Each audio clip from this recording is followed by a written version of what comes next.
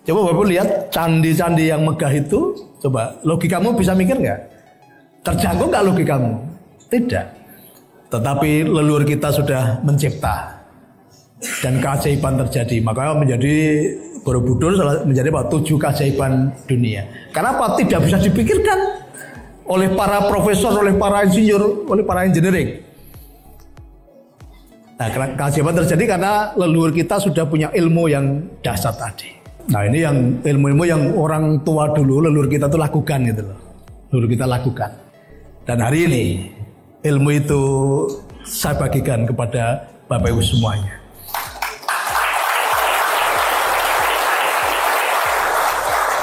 Dan saya sudah praktekkan itu. Jadi bukan katanya ini.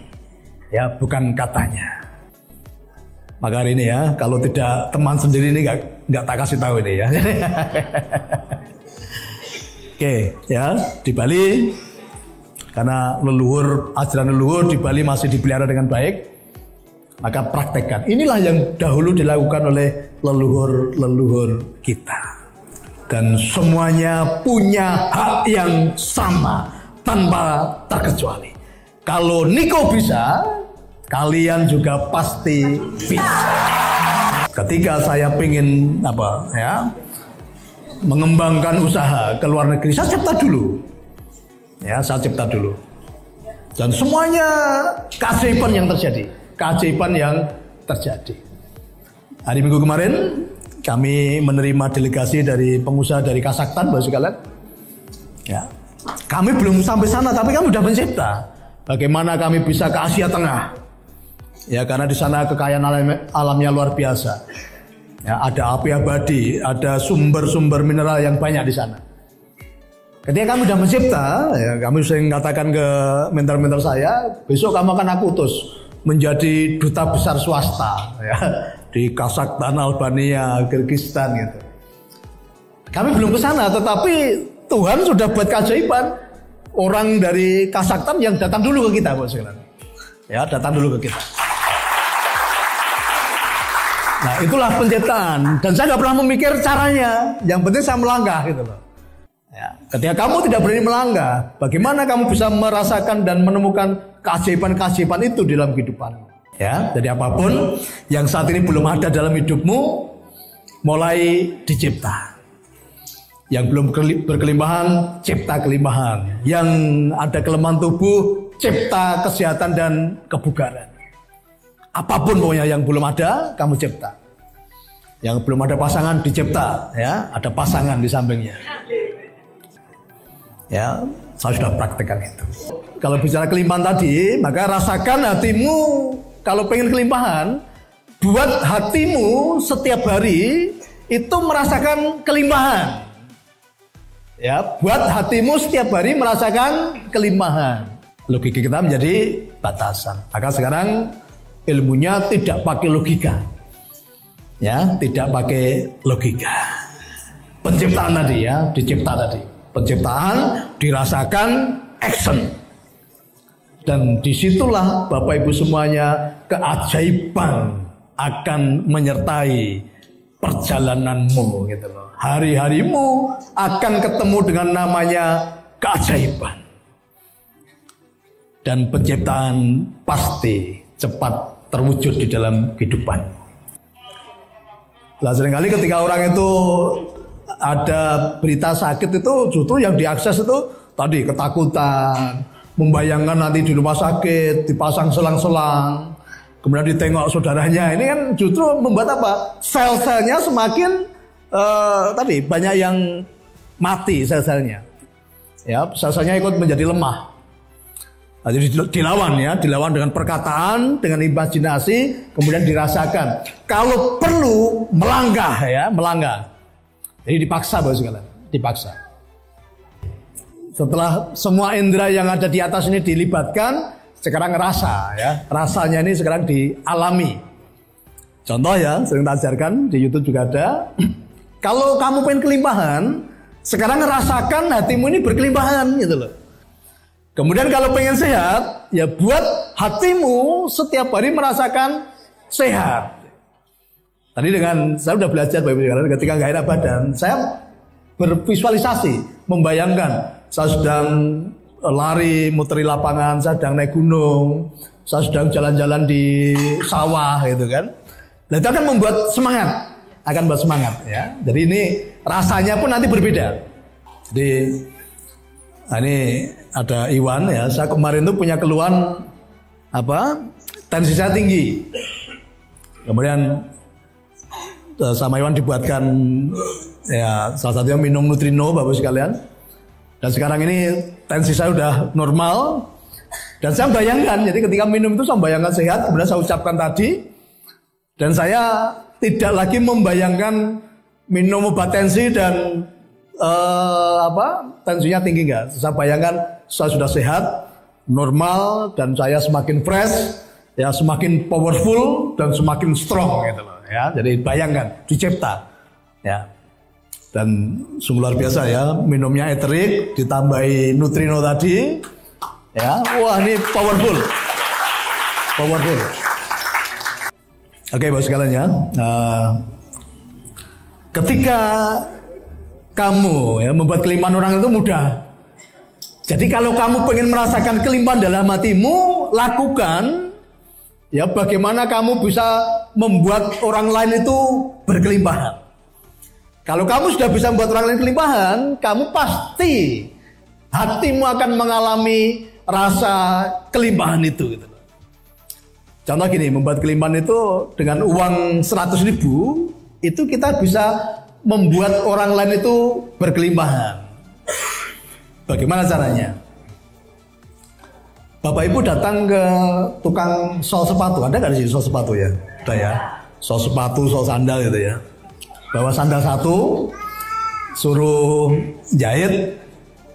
Kira-kira berapa upahnya di sini, Wi? Yang kamu sering ngesol itu? 20.000. Wah, kamu biasanya kasih goceng ya? 15.000 ya, satu sol katakanlah 15.000. Kemudian Bapak Ibu tinggalkan uang 100.000 ke orang itu tanpa minta kembalian. Kira-kira tukang sepatu tadi merasa kelimpahan nggak? Merasa kelimpahan, itu loh. Dan kelimpahan segera terwujud di dalam kehidupan.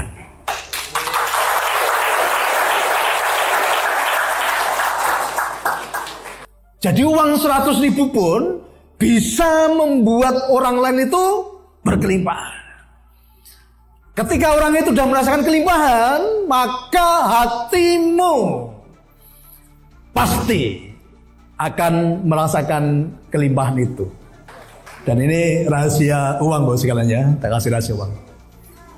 Ketika Bapak Ibu ngasih orang doa, Bapak Ibu cuma dapat ucapan apa? Terima kasih. Oke, saya doakan ya, gitu kan. Biasanya gitu kan. Kalau nggak punya uang kan, udah saya doakan ya. Gitu. Jadi banyak orang itu, orang belum itu ngasihnya cuma doa. Kalau Bapak Ibu cuma ngasih doa, dapatnya paling terima kasih. Ya, dapatnya paling terima kasih. Tetapi kalau Bapak Ibu ngasih uang, semuanya dapat. Terima kasih dapat. Doa terbaik pasti dapat. Benar ya? Dan kelimpahan pasti terjadi. Suka berbagi. Buat orang lain merasakan kelimpahan dan kamu pasti akan segera mengalami kelimpahan itu. Penciptaan segera terwujud. Segera terwujud. Karena ini ketika Bapak Ibu ngasih uang 100.000 ke tukang sol sepatu tadi, dia terima kasihnya berkali-kali Bapak sekalian. Dan doa yang dilantunkan itu luar biasa. Bapak sini panggilnya kalau di Jawa itu Den gitu ya. Dan saya doakan panjang umur, sehat, walafiat, murah rezeki. Banyak doanya macam-macam itu. Iya kan? Nah, dulu dengan uang tadi Bapak Ibu dapat semuanya itu. Nah, maka jangan segan-segan ya untuk suka berbagi tadi. Nah, kemudian tadi ya, cipta ini melibatkan semua indera yang ada di ini kepala ya. Indera ucapan, penglihatan, pendengaran dan penciuman semuanya dilibatkan. Dunia modern ini udah dikembangkan tadi ya, ada ilmu law of attraction, ilmu assumption dan kuantum dan lain-lain. Ini leluhur kita sudah lakukan. Kemudian ya, cipta, rasakan apapun yang kamu inginkan, rasakan dulu. Ya, bicara kelimpahan, rasakan kelimpahan itu dalam hatimu. Berteman boleh dengan siapapun, tetapi bergaul mesti pilih-pilih. Kalau kamu sering bergaul dengan orang yang sering berkeluh kesah, kamu akan ditarik nanti. Ya, kamu akan ditarik turun. Ya, nilaimu akan turun. Maka lihat pergaulanmu. Ya, kalau orang selalu nyinyir, ngomong negatif, selalu ngeritik, selalu mencari kesalahan orang lain, tinggalkan. Ya, tinggalkan.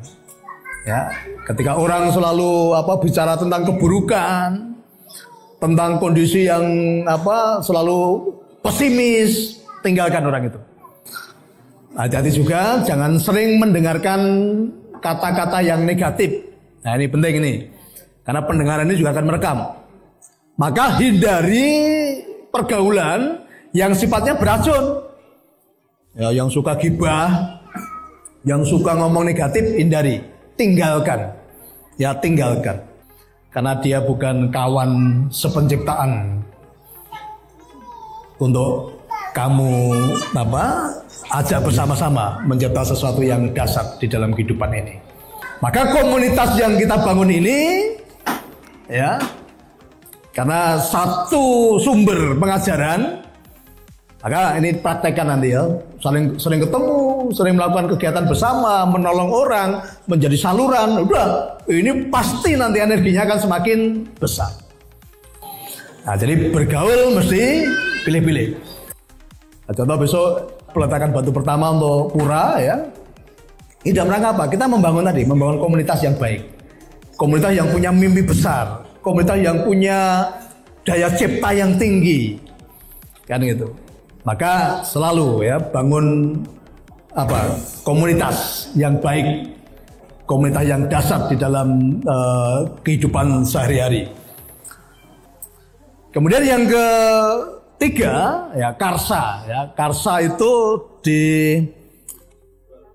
diposisikan itu 5 cm di bawah pusar ya, 5 cm di bawah pusar. Karsa itu apa? Action, ya, action.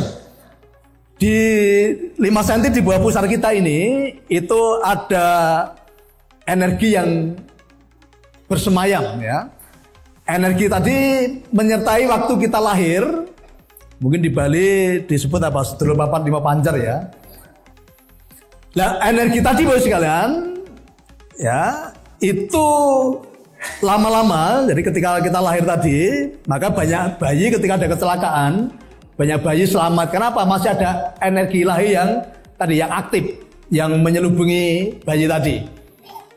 Nah, setelah tali pusar itu putus, energi itu lama-lama tidak aktif ya. Bersemayam 5 cm di bawah pusar.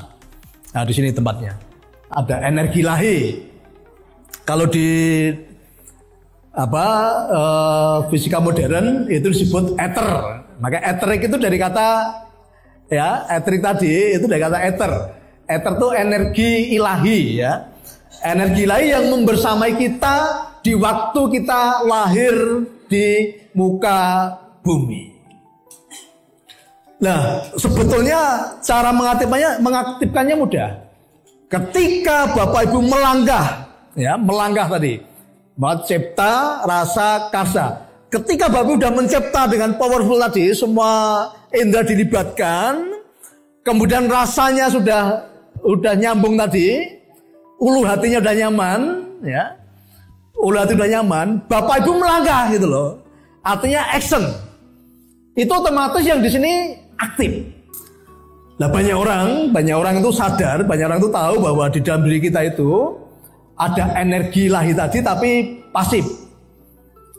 Maka banyak orang ingin mengaktifkan energi tadi dengan cara apa? Ada yang dengan cara pencaksilat, ya, pencaksilat, olah pernapasan, samadhi, kemudian puasa. Nah, itu untuk mengaktifkan energi ilahi yang ada di bawah pusar tadi ya. Bapak Ibu belum tentu tak suruh latihan bela diri sanggup kan itu kan. tak suruh puasa atau semedi sanggup, tapi dengan cara tadi itu langsung aktif. Jadi melangkah, ada keberanian untuk melangkah. Justru jadi ketika kita melangkah tadi, energi itu langsung aktif. Tapi pemicunya tadi ya, dimulai dari cipta yang semua indera dilibatkan, ulu hati menjadi nyaman, dan di sini ketika kita melangkah itu otomatis energi itu aktif, powernya luar biasa. Ya, jadi tidak perlu pakai tadi pencaksilat, kemudian puasa atau cara-cara yang lain ya yang dilakukan oleh banyak orang. Nah, cukup dengan saudara semua. Ketika sudah semua indera dilibatkan tentang penciptaan kebaikan tadi, jadi melihat yang baik, memvisualisasikan yang baik, mendengar yang baik, berucap yang baik, kemudian mencium, ya, dicium aromanya, rasanya, ulu hatinya udah beres, Bapak Ibu melangkah. Ketika Bapak Ibu melangkah, otomatis energi yang tadi pasif itu menjadi aktif. Ya, itu menjadi aktif. Kenapa? Energi ilahi langsung aktif dan menyertai ya apapun yang Bapak Ibu kerjakan gitu. Nah, contoh gini, ya, contohnya begini Mas Tuhan. Ada yang pernah dalam kondisi terdesak, Bapak Ibu bisa melakukan hal-hal yang di luar logika. Pernah nggak? Kita kasih contoh ya. Saya punya teman Bapak sekalian, ketika rumahnya kebakaran, dia bisa mengangkat kulkas yang 2 pintu yang besar itu sendiri kuat. Jadi mengeluarkan itu dari rumah, dikeluarkan ke halaman itu kuat. Tapi begitu sudah padam, dia mau bawa masuk kembali, nggak kuat, gitu loh. Ya, nggak kuat. Artinya apa? Ketika dalam kondisi terdesak tadi, ulu hatimu kan nyaman karena kamu udah nggak ada rasa nggak nyesek kan. Jadi mikirnya apa? Pokoknya mikir kebaikan aja. Apa yang bisa kerjakan kan gitu. Nah, justru disitulah tadi powernya itu muncul gitu loh. Nah, dia melangkah. Ya, ada keberanian di situ, nggak ada ketakutan, nggak ada kekhawatiran. Nah, disitulah bisa mengangkat kulkas 2 pintu sendiri, Pak sekalian. Tapi ketika sudah padam, nggak kuat. Nah, ini jadi tadi sama, ya, ini karsa itu action tadi. Ketika pikiranmu, ya, imajinasimu, pendengaranmu, perkataanmu sudah baik semuanya, kemudian rasamu udah nyambung, ya, ulu hatimu sudah beres, action saja, ya, lakukan, melangkah, dan disitulah nanti keajaiban pasti terjadi. Itu keajaiban semua, ya, yang terjadi keajaiban semua. Kalau pakai logika terbatas. Justru tadi ketika rumahnya terbakar, dia nggak pakai logika lagi. Aku kuat ya, kira-kira kan kayak gitu tadi. Ya, langsung angkat gitu aja, udah nggak mikir dia. Gitu. Tapi kalau kuat rayu, pasti nggak kuat. Nah, maka seringkali logika kita ini menjadi batasan. Jadi bukan dengan kekuatanmu, bukan dengan logikamu.